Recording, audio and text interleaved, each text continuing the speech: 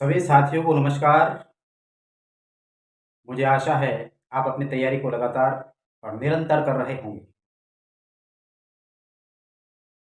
हम पिछले कई दिनों से राजस्थान भूगोल को पढ़ रहे हैं।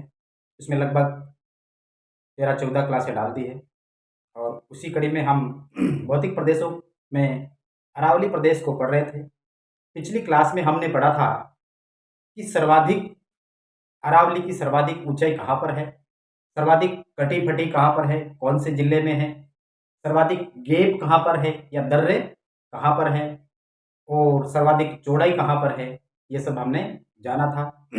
इसके साथ ही हमने अरावली के जो प्रभाव है उसको भी जाना था और अरावली की दिशा को भी हमने जाना था। तो अरावली की दिशा की बात करें तो अरावली दक्षिण पश्चिम, ये कौन सा भाग है?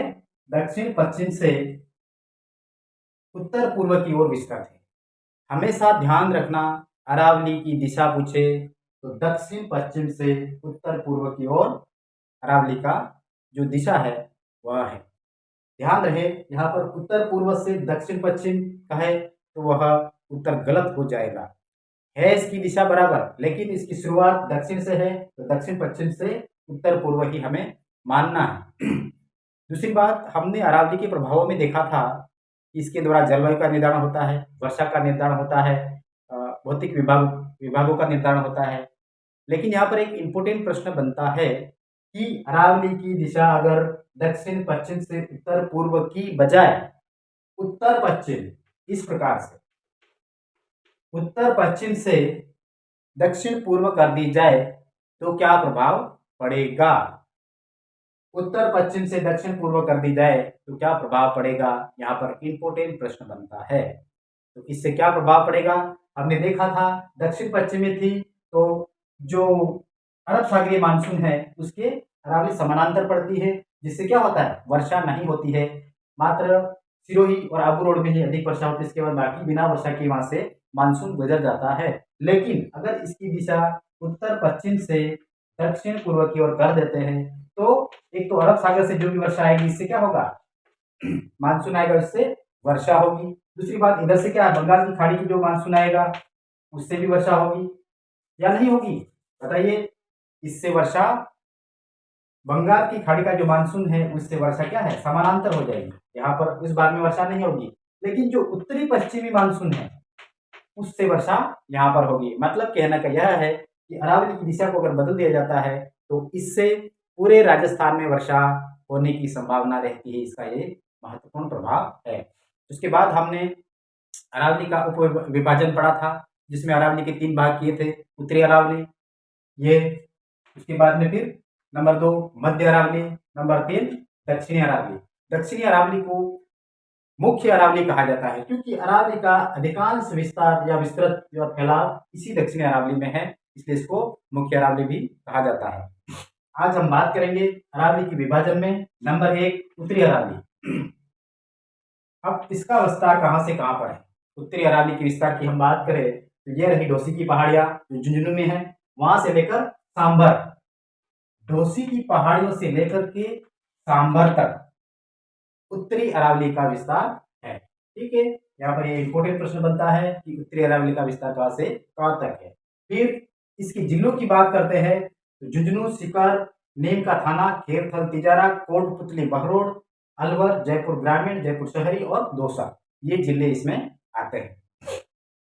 ठीक है, अब नेक्स्ट हम बात करते हैं मालखेत।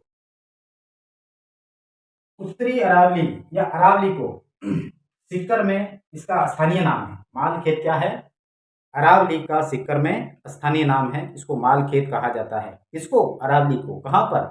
सीकर में मालखेत इसका स्थानीय नाम है। अब इसी मालखेत पर क्या क्या है वो भी हम जानेंगे।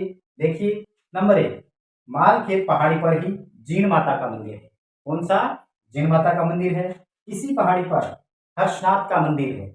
यहीं पर पवन ऊर्जा संयंत्र लगे हुए हैं और इसी पहाड़ी पर राजस्थान की सबसे ऊंची चोटी रघुनाथगढ़, जिसकी ऊंचाई 1055 मीटर है, वो भी यहीं पर है, इसी मालखेत पर। मतलब उत्तरी अरावली में मालखेत पहाड़ी सर्वाधिक इम्पोर्टेंट है, क्योंकि उत्तरी अरावली की सबसे ऊंची चोटी रघुनाथगढ़ भी इसी मालखेत पर अवस्थित है। अब हम बात करते हैं उत्तरी अरावली की प्रमुख चोटियां। यहाँ से प्रश्न बार बार आता है। अरावलियों में सबसे इम्पोर्टेंट चोटियां होती है और ये उत्तरी अरावली की प्रमुख चोटियां है। इसकी चोटी का नाम है, ऊंचाई है और जो जिले हैं ये कहाँ पर फैली हुई है। इसकी मैंने ट्रिक बनाई है, क्योंकि वैसे पहाड़ियाँ बहुत सारी है तो उसको हम क्रम से भी नहीं कर सकते हैं, लेकिन यहाँ पर ट्रिक अगर याद थोड़ी सी रख ले, थोड़ी सी मेहनत कर ले तो हम आराम से इसको याद रख सकते हैं। इसकी ट्रिक क्या है? रघु माल भेज, रघु माल भेज खूब, बाबा बिल्ली ढोल बजाना वाला। क्या है?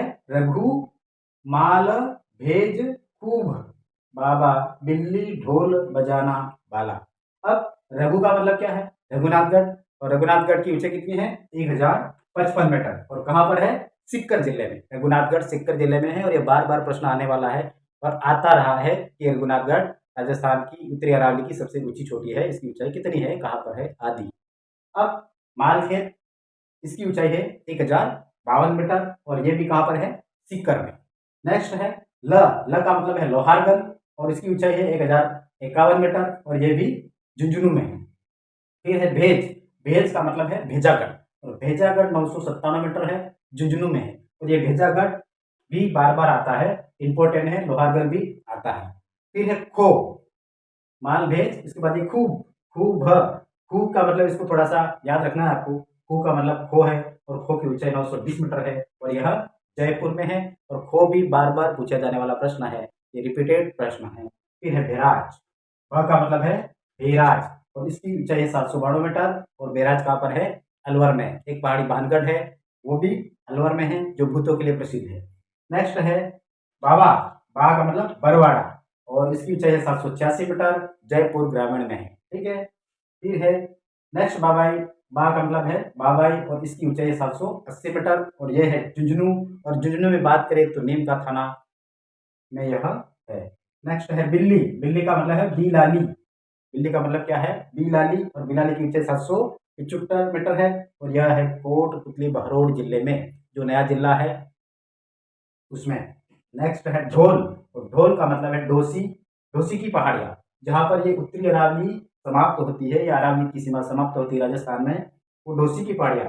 कभी कभी क्या होता है कि डोसी की पहाड़ियों को डोसी की पहाड़ियाँ नाम न दे करके घोसी की पहाड़ियाँ भी दे देता है एग्जामिनर, तो ये भी इम्पोर्टेंट है। और इसकी ऊंचाई है 740 मीटर और ये झुंझुनू में है। कहाँ पर है? झुंझुनू में। नेक्स्ट है ब, और ब का मतलब है बैराट और बैराट की ऊंचाई 704 मीटर है, जयपुर शहर में है और ये बैराट भी ज्यादा इंपॉर्टेंट है, बार बार प्रश्न पूछा जाता है। नेक्स्ट है जयगढ़, जा, जा का मतलब है जयगढ़ और इसकी ऊंचाई 648 मीटर और ये भी जयपुर शहर में अवस्थित है, मतलब जयपुर शहर के पास में है। उसके बाद है ना, और ना का मतलब है नाहरगढ़ और नाहरगढ़ भी बार बार पूछा जाने वाला प्रश्न है। इस नाहरगढ़ चोटी जिसकी ऊंचाई 599 मीटर है और यह भी जयपुर शहर में है। और लास्ट है बाला, बाला का मतलब है बालागढ़ और इसकी ऊंचाई है 597 मीटर और यह है अलवर में। तो इस प्रकार से हमने अभी एक ट्रिक के माध्यम से उत्तरी अरावली की चोटियों को अच्छी तरह से सीक्वेंस से पढ़ा और आपको उसी तरह से याद करना है। मात्र एक ट्रिक से इन चोटियों का सभी क्रम आ जाएगा। कभी कभी क्रम से भी दिया जाता है कि इसका आरोही क्रम कौन सा है, अवरोही क्रम के अनुसार जमाइए, आरोही क्रम के अनुसार जमाइए, तो ये प्रश्न आप आसानी से सॉल्व कर सकते हैं। तो ठीक है साथियों, आज की क्लास को हम यहीं पर विराम देते हैं। जय हिंद।